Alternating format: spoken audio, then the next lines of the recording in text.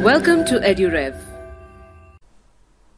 Hello students, I am Shruti Sharma and this is our second video on reading comprehension. Now before I proceed with what we are going to study, let me give a brief introduction of myself. So I have more than 12 years of experience in teaching CAT English. I have been the verbal head in various coaching institutes. I have done my MA in English and my MBA in finance, and I make it a point to write CAT every year, and I have been a serial topper there. Now let us proceed with our topic that we had started in the first video. So I had given you an overview of CAT English, and I had also told you what exactly is reading comprehension about and what is verbal ability about.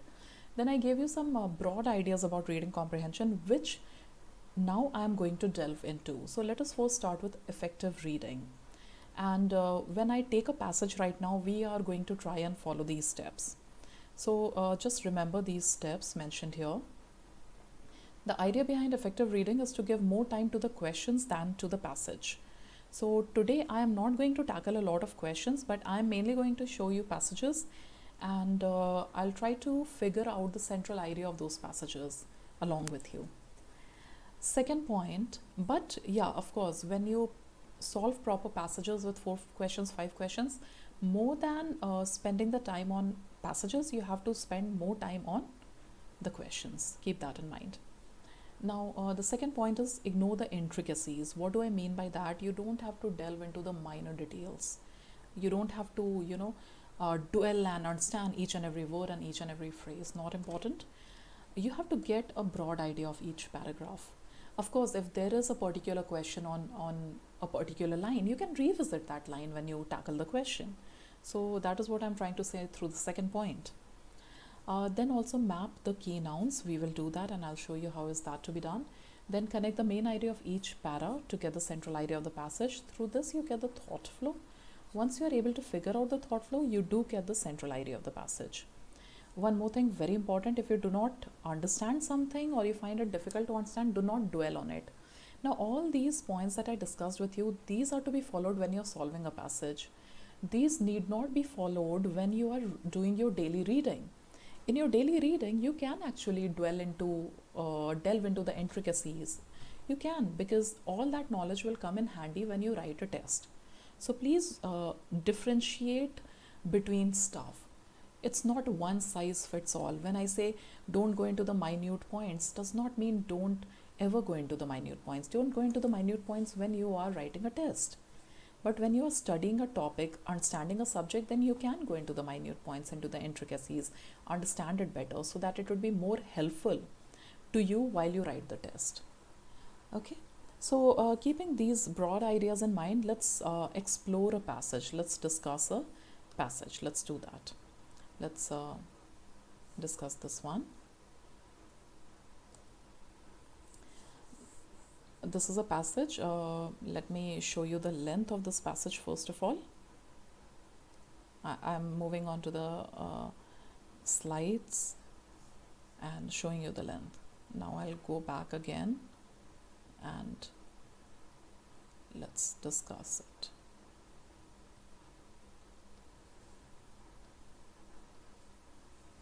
So let's start.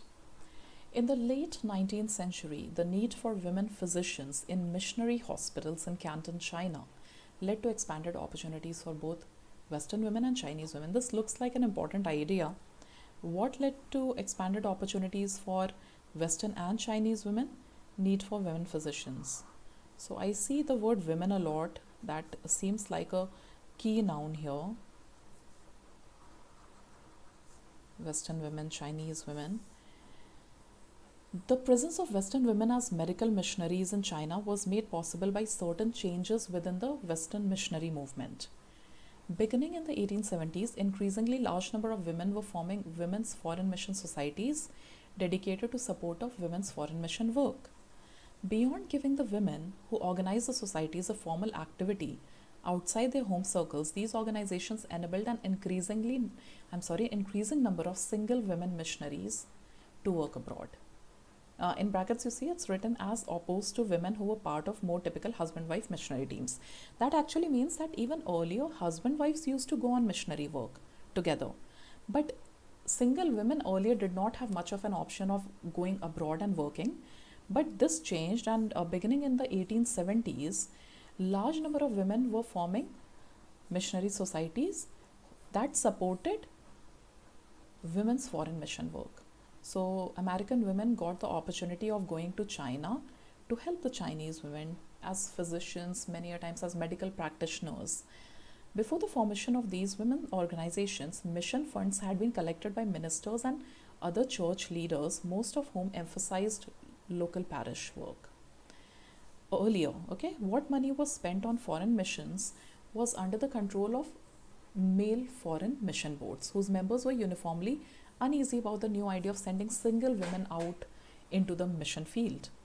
But again, as women's groups began raising impressive amount of money donated specifically in support of single women missionaries, home churches bowed both to women's changing roles at home and to increasing number of single professional missionary women abroad. So overall, the idea of the first paragraph is that women in America, missionaries, started going abroad to work mainly as missionaries, helping other people. And how did it come about? How did they start getting that opportunity? So that is what the first paragraph is about. Second para. Although the idea of employing a woman physician was a daring one for most Western missionaries in China, the advantages of a well-trained Western woman physician could not be ignored.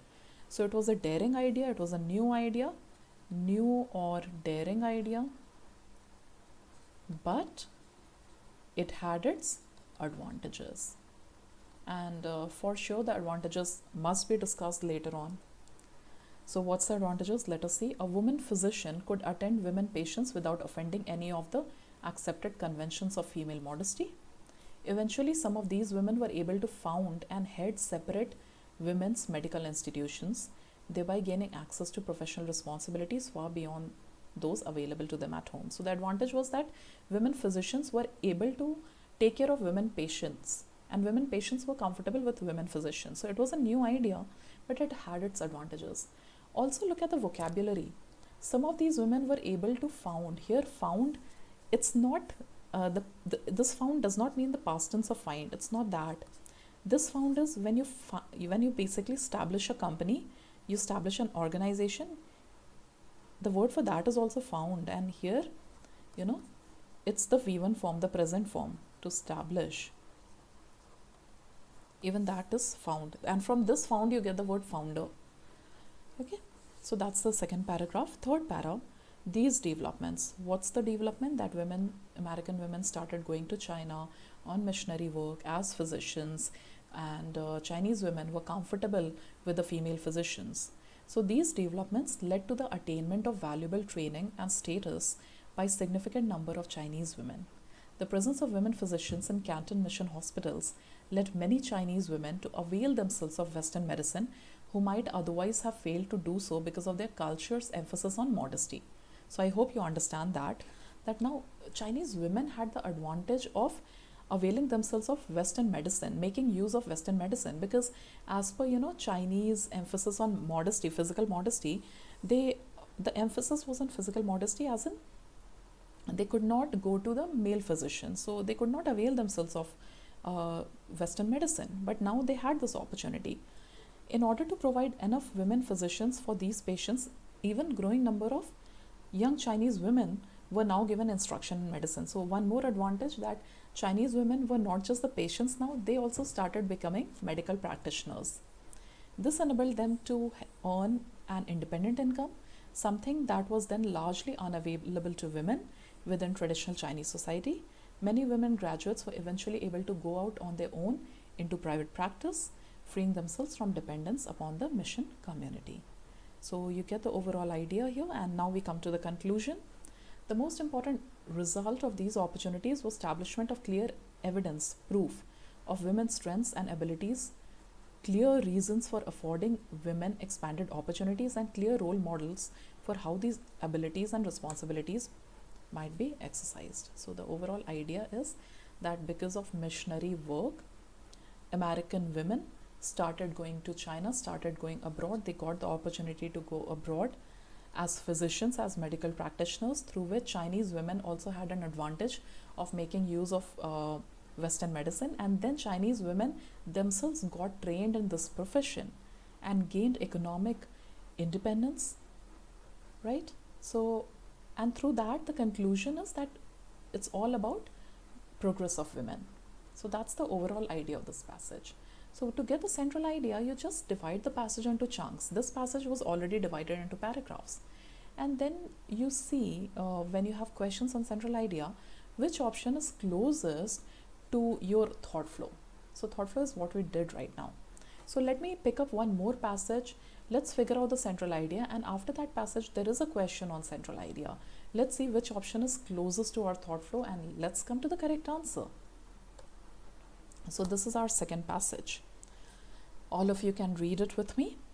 Maps made by non-Native Americans to depict Native American land tenure, resources and population distributions appeared almost as early as Europeans' first encounter with Native Americans, and it took many forms. So basically the author is saying maps made by non-Native Americans to depict Native American a lot of things. Native American land tenure, resources, population distributions.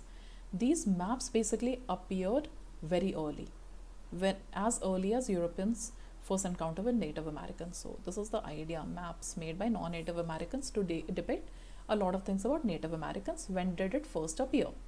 And it took many forms. The forms are mentioned like field sketches, drawings, surveyors' maps, then treaties involving land transfers. These are the forms. Most existing maps of Native American lands are reconstructions that are based largely on archaeology, oral reports, evidence gathered from observers' accounts in letters, diaries, official reports. So the accuracy of these maps is especially dependent on map makers' own interpretive abilities. Now the passage is clearly about maps and maps about Native American culture, land tenure, resources, population distribution, and how it took many forms, the forms in which the maps appeared. Many existing maps also reflect the 150-year role of the Bureau of Indian Affairs in administering tribal lands. Though these maps incorporate some information taken directly from Native Americans, rarely has Native American cartography is map making, contributed to the official record, which has been compiled, surveyed, authenticated by non-Native Americans. We already got that. This our current map record, cartographic record.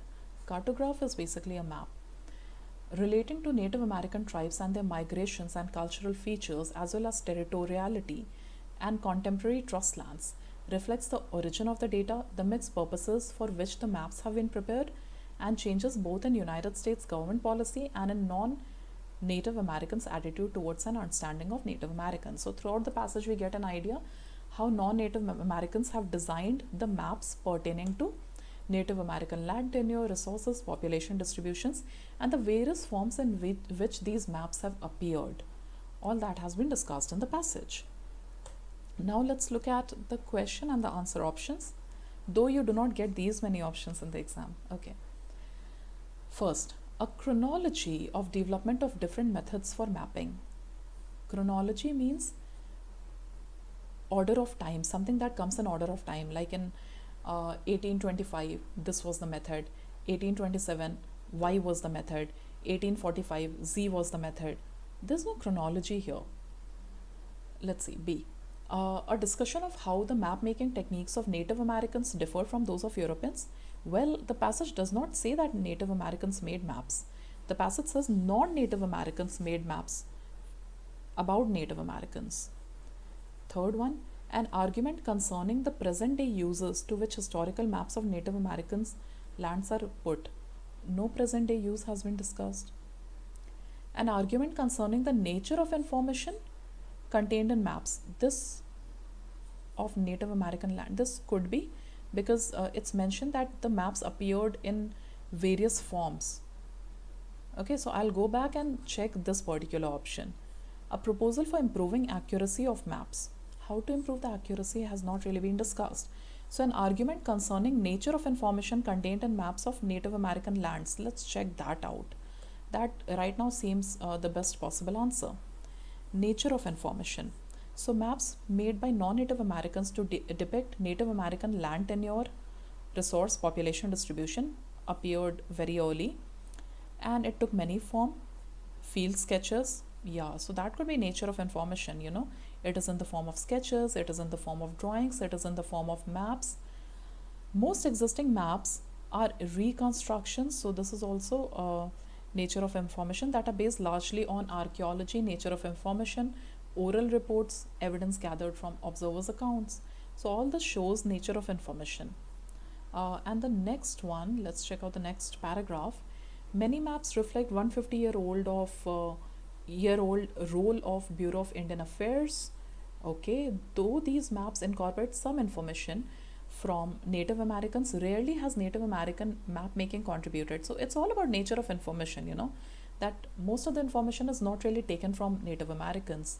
You know, Native Americans have not directly contributed to it. Non-Native Americans have made these maps, and in what forms have these maps appeared would be the nature of information. What kind of information do the maps contain? Like our current cartographic record relating to Native American tribes and their migrations, as well as territoriality and contemporary trust land, reflects the origin of the data, the mixed purposes for which the maps have been prepared. So if I see, all in all, the option that we finally narrowed down to is best represented in the passage, this option, the fourth one. But I also went with the ideal technique. I went with option elimination, and that is how I came to the right answer. That is also a brilliant way of coming to the answer. So we were clearly able to eliminate first, second, third and fifth, but fourth seemed to be a good one. I went back and checked. Now you might say, students, you might say that it did take me a lot of time, but I'm not really writing a test right now. This is the first time we are discussing main idea type of questions. So initially it will take time, and I am discussing it with you. When you do it mentally, it will take less time after knowing the method. So of course you try implementing it, you attempt a few questions and see that it does not really take much time, especially the main idea questions. Okay, I did revisit the passage just to show you that our answer is correct, just to show that to you. Otherwise you don't really have to revisit the passage again for these broad questions.